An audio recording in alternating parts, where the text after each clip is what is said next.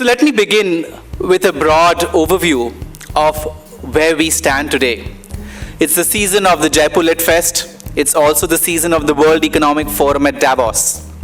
And among the latest findings of the World Economic Forum is that by 2030, earlier the date given was 2035, but now they say by 2030, 80% of India will be the middle class. We'll have 100 crore middle class people in India, and the per capita income will be going up from $1,500 to $7,500. That's the kind of growth in capacity to purchase, the ambition and the size that's going to be happening in India in the next 16 years. India is also going to become the world's most populous country in the next 3 years, and we'll have 60% of India above the age of 25. So we have such a fascinating market ahead of us, and such a fascinating success story of a country which for 700 years was under some form of colonization. Over the last 70 years since independence, the first 45 years were experiments in different forms of governance. We were quite public sector centric, and a lot of licensing, regulation, taxation system, which I'm going to dwell in greater detail. And in the last 25 years post-liberalization, India has risen to become the third largest economy in the world in terms of purchasing power parity after US and China. Imagine a country which was under the British rule 70 years ago. And it was Arnold Toynbee, the famous British historian, who said that in the 21st century, India will conquer her conquerors. And now, as we are in the 21st century, in 2019, the economic figures say that India will outpace and outperform Great Britain as the world's fifth largest economy in this year.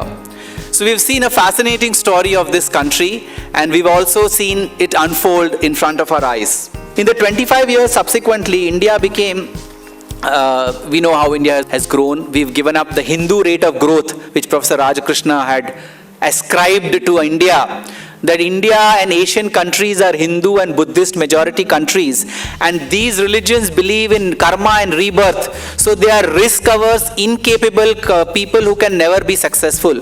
And hence India and other Asian countries will grow only at 3%.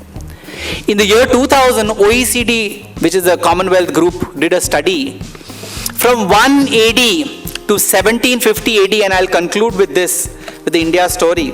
From 1 AD to 1750 AD, for 1750 years, there was one country which contributed 35% of global trade. Any guesses which was that country? India.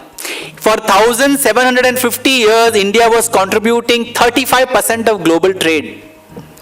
From 1750 to 1850, 25% of global trade.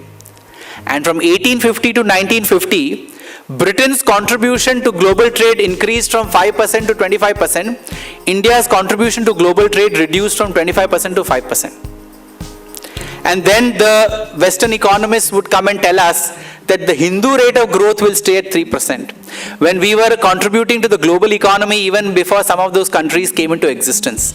The same OECD predicts today that by 2050, the economic contribution in the world GDP will again tilt back to Asia. India and China will once again contribute to 50% of the global economy.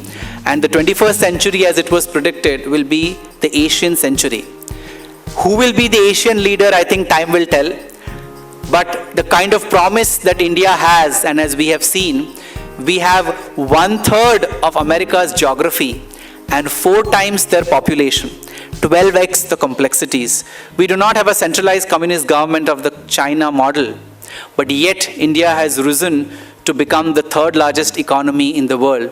We have been torchbearers of an ancient civilization, but we are trailblazers in the modern global growth story. Thank you.